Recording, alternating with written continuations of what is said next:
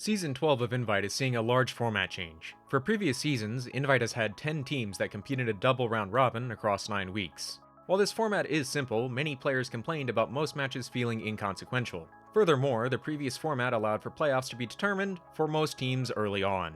If a new team loses their first 6 matches, they would have very little chance at playoffs. To address these concerns, we have redesigned the Invite format with the following 2 goals. First, we want matches to feel consistently important throughout the season. More meaningful matches ought to motivate teams throughout the season, so there's less dead time. Second, we want to incentivize team improvement. For new Invite teams, while matches throughout the season may help them improve, we want to reward them for improving. To achieve these goals, this season has 8 teams, and playoffs will be open to all 8 teams. However, seeding in playoffs matters greatly, as the bracket is sorted into an upper bracket and lower bracket.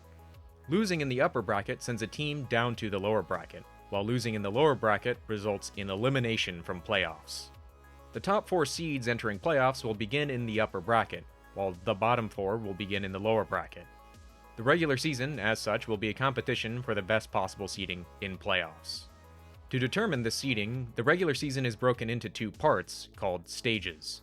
Stage 1 is a single round robin, where every team plays each other once. The final results of Stage 1 determine sorting into Stage 2. The purpose of Stage 1 is largely to determine the placements for teams in Stage 2, and by breaking up the regular season into these 2 stages, teams are provided with a soft record reset at the mid-season mark. This soft record reset incentivizes improvement, as teams that are improving throughout the season will not be held back by a poor early season record.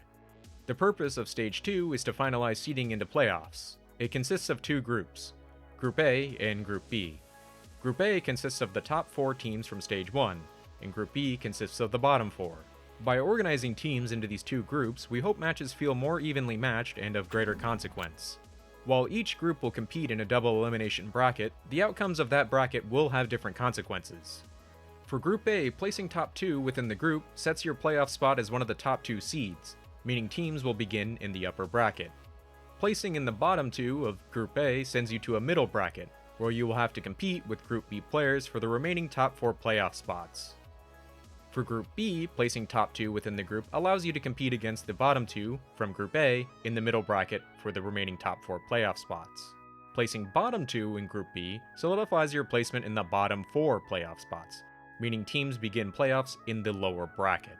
The middle bracket is a single elimination bracket between the bottom 2 teams of Group A and the top 2 teams of Group B, and will determine seeds 3 through 6 in playoffs. Winner of this bracket will be seed 3, second place will be seed 4, third place will be seed 5, and last place will be seed 6. Altogether, Stage 2 will determine seeding for playoffs. Teams are motivated to perform well in Stage 2 to avoid immediate placement into the lower bracket. Overall, Stage 2 provides teams with a chance to show their improvement from Stage 1 and secure a solid spot in playoffs.